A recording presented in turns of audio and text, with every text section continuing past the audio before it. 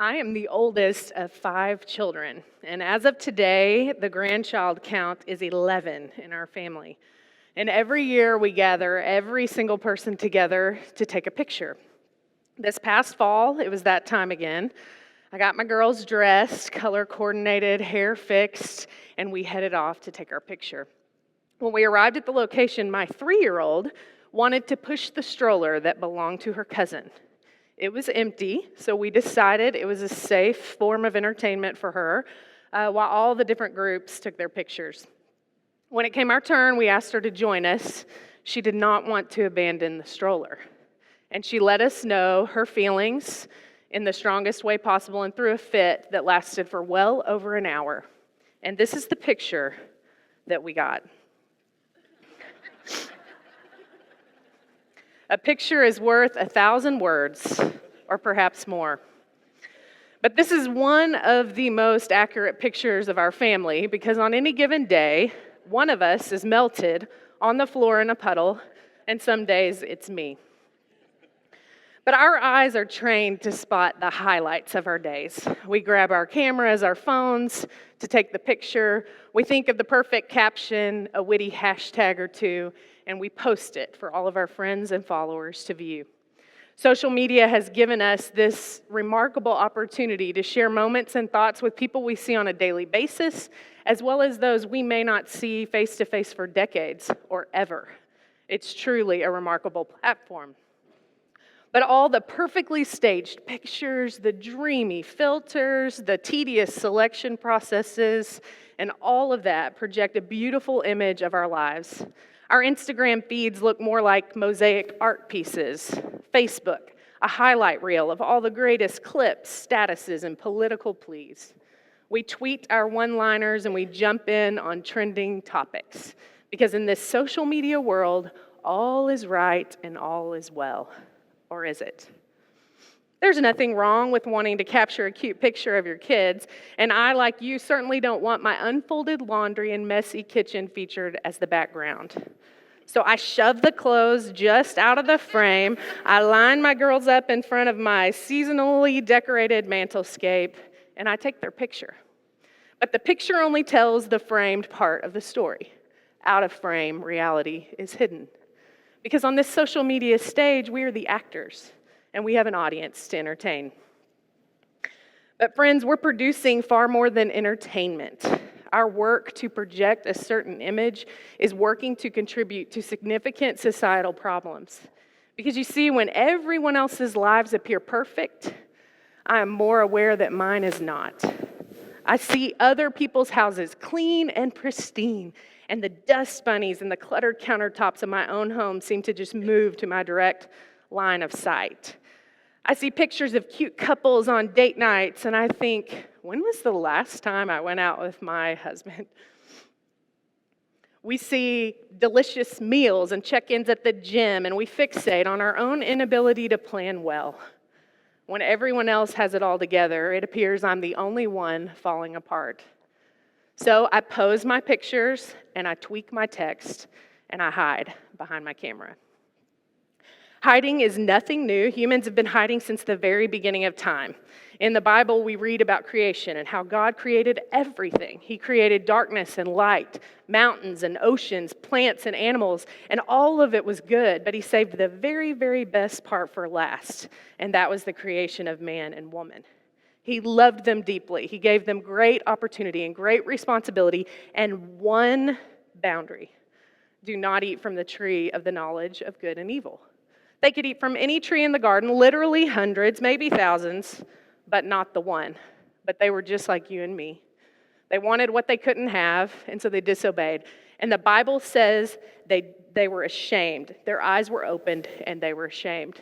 So they hid. They hid behind the trees. They covered themselves with branches. And when God went through the garden calling them by name, they crouched lower, hiding, because they were ashamed of their brokenness, their vulnerability, and their struggle. Hiding's nothing new. Humans are professional hiders. We may not hide behind trees, but we hide behind screens. We may not cover ourselves with branches, but we cover our mess by moving it just out of the frame. I can certainly relate to hiding. And if you looked at my social media accounts a few years ago, you would have thought everything was A-okay. I've identified myself as an emotional extremist. For me, everything is the very best or the very worst, and my emotions flow freely at both of those extremes. So when I'm sad, I cry, but when I'm really happy, I cry. When I laugh, I cry. When I'm stressed, I cry. And people like me need an emotional regulator. We need something to take the edge off of those moments. And food has been that regulator for me. I needed food to celebrate the greatest of times. I needed food to grieve loss. I needed food to help me get through stressful situations. And I needed food just to keep from being bored. It was as though the right kind of food could soothe the emotional discomfort and allow me to feel normal, at least for a little while. Food was my companion for close to 12 years. I got up to my highest weight of 277 pounds. I'm 36, 5'5", and was carrying 277 pounds. And every single one of those pounds have a story to tell. Some of them joined me over a decade ago. I had a broken heart, and I had moved to a new town, and I was a minister. Ministers' lives are busy, full of people, and so very lonely sometimes. Those pounds know days when I felt God was distant, and I wondered if He really cared for me. Other pounds joined me during exciting and joyful days when I fell in love with my husband, Chris. We got married, and we went on a honeymoon cruise, the 24-hour all-you-can-eat buffet. The best food on the ship. Those pounds can testify to how much Chris and I love to eat. And the quality of guacamole, chips, and salsa are always the tipping point when we decide our weekly date night location. Other pounds joined me when I was carrying those 3 precious girls. They came alongside to keep them safe and to help them grow. Those pounds know how wonderful and how horrible, how exciting and how terrifying, how invigorating and how exhausting it is to become a parent for the first, the second, and the third time. And the exhaustion I've known for the past 6 years is one of the reasons those pounds have stayed around longer than their intended purpose. Another 40 pounds or so joined me after my last pregnancy during the dark days of postpartum depression. But the hardest part of my story is the fact that really all of the pounds have the same story to tell. Sure, they joined me at different times, different circumstances, but all of them were invited for the same reason. They're the concrete evidence that food brought me comfort during times of grief and satisfaction during times of yearning and peace during times of stress.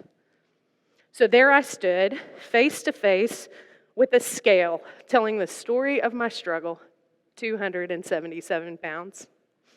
The picture of that scale never graced my Instagram account. My Facebook statuses never detailed the despair I felt because of my failure. And I never tweeted about the Twinkies that brought me comfort throughout the day. I was humiliated by my circumstances. I knew it was my fault, and I was the only one who could do anything about it. But that's when things changed for me. That's when I did the unthinkable. I posted my weight on my blog. That's what I did. I did it because I felt convicted, and I believed God wanted victory for me in this battle, and He knew I could not do it alone. So I posted those numbers in all their glory, and I asked, invited, and begged people to come along this journey with me. I needed help, I needed cheerleaders, I needed accountability, and I needed to celebrate milestones along the way. I believed social media could help me win the battle this time. I didn't just post my weight, I actually started writing about the process and the journey. One of the things I wrote about the treadmill and how much I despise running, especially on a treadmill while carrying so much weight. I also set up an Instagram account called Mom's About to Lose It, where I am currently documenting my meals, my workouts, my weigh-ins, and my goals. I invite friends, family, and even strangers along for the ride. Now, one must find balance between being safe and being transparent on social media, but I believe once the right boundaries are put in place, social media can provide a very surprising and effective form of accountability. It was difficult to post my struggle and to post my weight above all things, but it has changed my life in incredible and unexpected ways. Social media has made it possible for me to be known. I am known for all of who I am, including my struggle. Imagine with me for a moment that you're standing on the beach in Florida in the middle of summer, but you're dressed for winter. Long pants, long sleeves, long socks, heavy boots, warm scarf, and a fleece hat on your head. You're taking no chances of the sun's harmful rays touching your skin. And you stand there for hours. You're sweating. The sun's heat is beating down on you. It's oppressive. You breathe the air. It's thick and hot, and your feet are burning in those boots. Now imagine the physical feeling of removing all the extra clothing, but you're remaining in your swimsuit. You may feel exposed, you may feel vulnerable, but you can feel the cool air off the ocean on your skin. You can swim freely. You can dig your toes into the sand, and you can enjoy the rewards of a hot day on the beach. It's as though social media provided me a similar feeling of relief in being known. It was as though I was able to remove the winter clothes and all I had used to cover up my struggle, and I was finally able to enjoy the journey and the process. Sure, there are risks involved, and I feel vulnerable, but with risk comes great reward. Social media has provided help for me. My community has always been awesome and has been the people I have known, but social media opened the door even wider to a community to connect with. Now strangers from around the country have joined in and follow my journey. I no longer fight this alone, but I feel like I'm surrounded.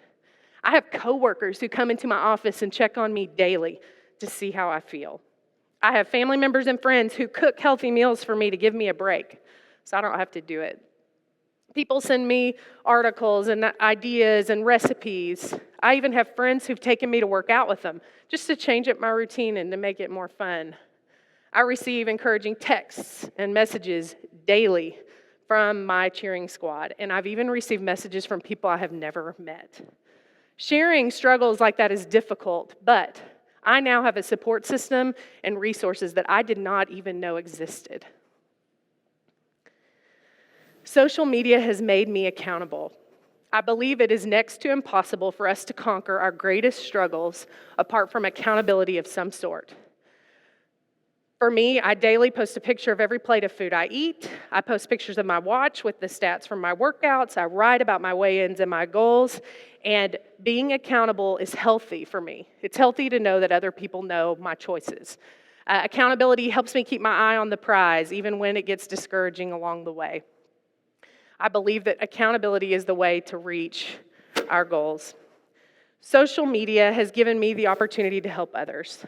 Aren't we all the same? I mean, underneath the surface level conversations, beyond the walls of our homes and our bedrooms, in the glow of our phones and our feeds, don't we all struggle? For me, it's health, it's food and weight. For some, it's conflict or boredom in marriage. Some are parents who live with the guilt of their kids' choices. Some of us suffer from mental illness like depression or anxiety, or have suffered trauma or abuse in the past, and the effects are still crippling to us today.